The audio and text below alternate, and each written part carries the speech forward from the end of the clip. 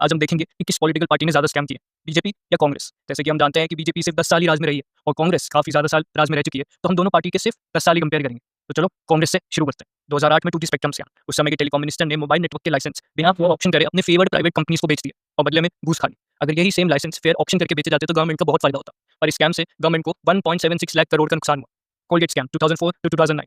कोल mines जो electricity और industries के लिए होती हैं, उन्हें सस्ते में बिना फेयर ऑप्शन करे कुछ अपनी फेवर्ड प्राइवेट कंपनीज को बेच दिया और बदले में घूस खा ली। इससे भी भारत को करीबन 1.86 लाख करोड़ का नुकसान हुआ। आदर्श हाउसिंग स्कैम 2010। इंडियन आर्मी के लिए जो मुंबई में बिल्डिंग बन रही थी, वो पॉलिटिशियंस ने अलॉट कर ली। जो फ्लैट्स गरीब फौजियों के लिए थे, वो पॉलिटिशियंस ने अपने फैमिली मेंबर्स के नाम करवा लिए। इससे भारत को करीबन 8,000 करोड़ का नुकसान हुआ।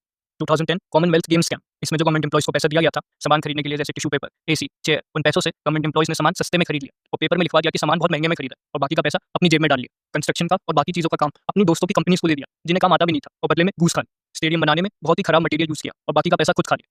मनी लॉन्ड्रिंग भी हुई। काफी सारे फॉरेन बैंक्स में मिनिस्टर्स ने अपना पैसा छुपाया। इस पूरे स्कैम से भारत को करीबन 70,000 करोड़ का नुकसान हुआ। Augusta Westland helicopter scam 2010।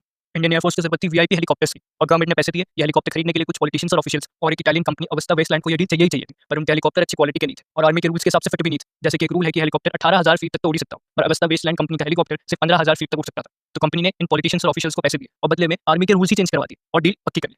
इससे भारत को करीबन 3,600 करोड़ का नुकसान। तो कांग्रेस से भारत का नुकसान करीबन 4.5 लाख करोड़ का हुआ है। चलो अब बीजेपी के पीछे पड़ते हैं, लेकिन बीजेपी के अभी ज्यादातर स्कैम्स प्रूव ही नहीं हुए क्योंकि अभी उन्हीं की सरकार है। तो मान लेते हैं कि सारे स्कैम्स प्रूव हो चुके हैं, तो अब शुरू करते हैं। जगह ठीक नहीं हो रहा, आप गलत कर रहे हैं सर। मैं गलत नहीं कर रहा हूं, ये मत करो आप। मैं खुद बोल रहा हूं सर, लेकिन आप गलत कर रहे हैं सर। ये नहीं होना है, होने नहीं का मतलब क्या? Rafale deal scam 2019। Indian air force को फाइटर जेट्स की जरूरत थी, तो बीजेपी सरकार ने जेट्स खरीदे एक फ्रांस की कंपनी से। सरकार पर आरोप लगा कि जेट्स असलियत में काफी ज्यादा सस्ते थे, पर बीजेपी सरकार में ऑन पेपर तो ये महंगे में खरीद लिए और बाकी पैसे अपनी जेब में डाल लिए।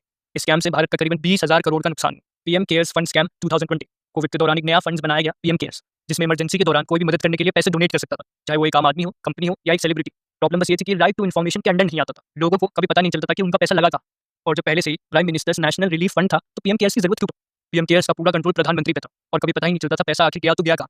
अगर ये स्कैम है तो भारत का इससे करीबन 3,000 करोड़ का नुकसान। अडानी मोदी स्कैम 2023। कांग्रेस ने इल्जाम लगाया कि प्रधानमंत्री मोदी ने अडानी ग्रुप्स को पोर्ट्स, एयरपोर्ट्स, इंफ्रास्ट्रक्चर में इलीगली हेल्प करी और बदले में घूस खाई। हिंडनबर्ग रिपोर्ट ने भी अडानी पर फाइनेंशियल फ्रॉड का इल्जाम लगाया। अगर ये स्कैम है तो इससे भारत का करीबन 2 लाख करोड़ का नुकसान। बीजेपी इलेक्टोरल बॉन्ड स्कैम 2018 से 2024। कई कंपनीज ने बीजेपी को डोनेशन दिया इलेक्टोरल बॉन्ड के थ्रू और बदले में सरकारी काम जीती है, जैसे कंस्ट्रक्शन और माइनिंग।